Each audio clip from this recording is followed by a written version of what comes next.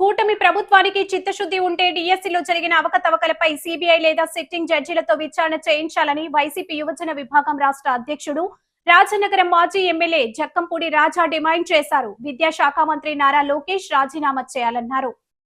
స్థానిక దానవాయిపేటలో ఉన్న ఆయన నివాసంలో మంగళవారం జరిగిన మీడియా సమావేశంలో జక్కంపూడి రాజా మాట్లాడుతూ డిఎస్సి పేరుతో భారీ స్కామ్కు తెరతీసిన రాష్ట్ర ప్రభుత్వంపై వైఎస్ఆర్సీపీ పెద్ద ఎత్తున ఉద్యమించడానికి సిద్ధమవుతుందని తెలిపారు.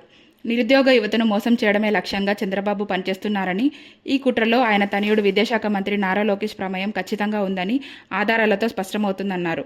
ఒక్కో పోస్టును 15 లక్షల నుంచి 25 లక్షల వరకు అమ్ముకునేందుకు బేరసారాలు సాగించిన పరిస్థితులు చూశామన్నారు.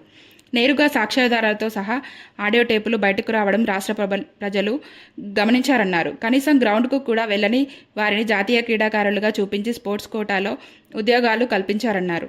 ఎస్సీఆర్టీ ద్వారా రాష్ట్రంలో నిర్వహించిన మెగా డిఎస్సిలో అనేక తప్పిదాలు ఆధారాలతో సహా కనిపిస్తున్నాయని విమర్శించారు.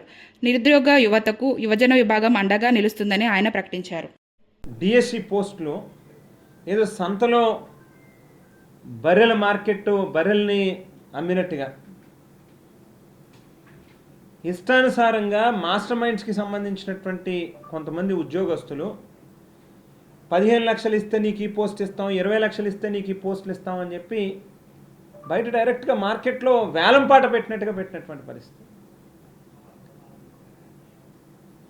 స్వయంగా అవి ఆడియో టేపులతో సహా బయటకు వచ్చినప్పటికీ కూడా ఈరోజు దాకా ఎస్సీఆర్టీకి సంబంధించినటువంటి అధికారుల మీద కానీ, లేకపోతే మాస్టర్ మైండ్ సంస్థకు సంబంధించినటువంటి వాళ్ళ మీద కానీ, ఎవరైతే ఈ ప్రాసెస్లో ఇన్వాల్వ్ అయినటువంటి వాళ్ళ మీద కానీ ఒక్క కేసు లేదు. ఈవేళకి ఇంత రెడ్ హ్యాండెడ్గా ఇంత ఎవిడెన్సులతో ఇవన్నీ దొరికినప్పటికీ కూడా ఎందుకు కేసులు పెట్టలేదు, ఎందుకు ఎవరి మీద యాక్షన్ తీసుకోలేదు, ఏ అధికారిని ఈ పూట దాకా కూడా సస్పెండ్ చేయలేదని చెప్పని అడుగుతా ఉన్నాం. అంటే ఇవన్నీ కాదా, మీరు కూడా ఇందులో ఇన్వాల్వ్ అయి ఉన్నారనేటువంటి దానికి ఎవిడెన్స్లను అడుగుతా ఉన్నాం. స్వయంగా ముఖ్యమంత్రి గారి తనయుడు లోకేష్ గారే ఈ శాఖకి మంత్రిగా బాధ్యతలు నిర్వహిస్తూ ఉన్నాడు. లోకేష్ గారికి తెలియకుండా ఇంత పెద్ద స్కామ్కి అధికారులు ధైర్యం చేస్తారా, లేకపోతే మాస్టర్ మైండ్ సంస్థ వాళ్ళు ధైర్యం చేస్తారా? ఇవన్నీ లోకేష్ ఇన్వాల్వ్మెంట్ లేకుండానే జరిగిందా?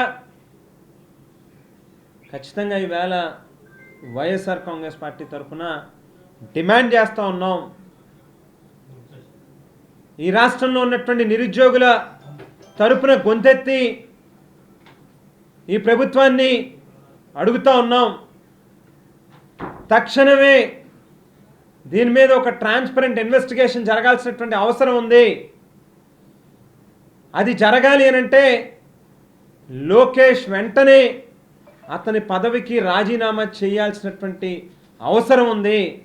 మీలో గనక చిత్తశుద్ధి ఉంటే, నిజాయితీ ఉంటే, మీరే గనక ఈ రాష్ట్రంలో ఉన్నటువంటి నిరుద్యోగ యువతకి జవాబుదారీగా ఉంటే, న్యాయంగా ధర్మంగా చదువుకుని కష్టపడి ఏదో ఒక ఉద్యోగం రావాలి ప్రభుత్వంలో అని చెప్పి కష్టపడి చదువుకున్నటువంటి డిఎస్సి అభ్యర్థుల తాలూకా